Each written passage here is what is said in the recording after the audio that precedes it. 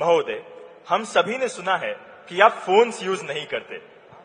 ऐसे समय पर जब युवा पीढ़ी अपना सारा कोऑर्डिनेशन फोन से ही करती है, तो आप अपनी दिनचर्या बिना फोन्स के कैसे संभालते हैं?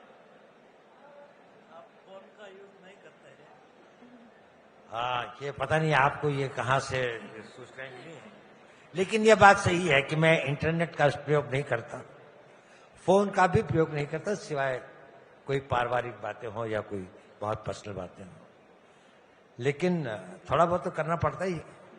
मुझे बहुत बाहर के देशों से इससे बात करनी पड़ती है, तो वो तो होता ही है। काम चल जाता है। और भी कई साधन होते हैं कम्युनिकेशन के, वही साधन नहीं है जो लोगों को पता है। कई ऐसे साधन भी जुटाने पड़ते हैं जो लोगों को न मालूम हो।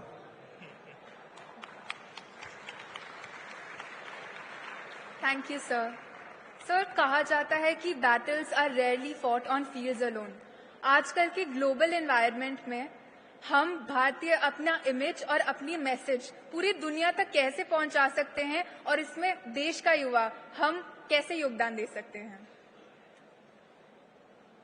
देखिए, no message is more powerful than your performance. Biggest message is silently achieve करें। आप कुछ इनोवेशन करें, आप कोई नया सैटेलाइट बनाएं। आजकल बहुत सारे बच्चे बना रहे हैं, मैं इसलिए कह रहा हूं क्योंकि बहुत सारे स्टार्टअप्स आ रहे हैं।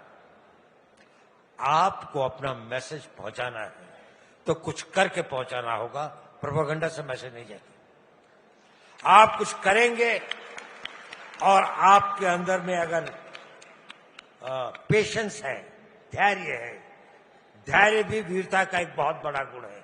हर वीर आदमी बहुत धैर्यवान होता है, हर कायर जल्दबाजी में होता है।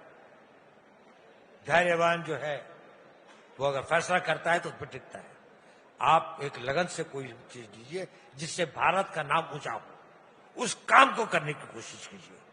आप लोगों में से 5 आदमी नोबेल प्राइज लें, 10 आदमी आप लोगों में से कोशिश करें दुनिया के अंदर में सर्जरी के क्षेत्र में, कैंसर के फील्ड में, किसी फील्ड में, मेडिकल फील्ड के अंदर में एक बहुत आगे नाम कमाने का।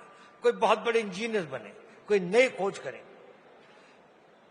बहुत बड़े बिजनेसमैन बने, बड़ा भारी मल्टीनेशनल क्रिएट करे। ये सब चीजें आप करें, भारत का नाम हो जाए। अब फोर्ब्स के अंदर में अगर आता है कि भारत के अंदर में इतने सारे लोग richest people of the world हैं, उनकी संख्या 10 गुनी हो जाए तो भारत का नाम हो ही जाएगा। तो आपको किए बिना कुछ नहीं होता। ये कहते हैं वो मरने के बिना स्वर्ग नहीं दिखता। स्वर्ग देखना है तो मरना ही पड़ेगा, तो अपने को खटाना ही पड़ेगा। देश का नाम ऊंचा करना है तो कर्म करिए। पब्लिसिटी के बारे में छोड़ जाइए, अपने आप आ जाएगी जब वक्त आएगा। और नहीं भी आया तो कोई फर्क नहीं पड़ता, इससे कोई फर्क नहीं पड़ता। दुनिया आपको जाने या न जाने, आपको पहचाने न पहचाने। आपको मालूम है कितने लोगों ने कुर्बानियां दी इस देश के लिए जिनका नाम कोई नहीं है, जिसके बारे में किसी को पता नहीं है।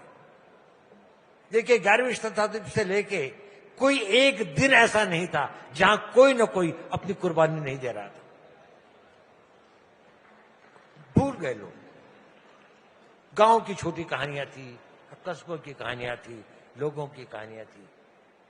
उन्होंने अपने धर्म के लिए, अपनी आस्था के लिए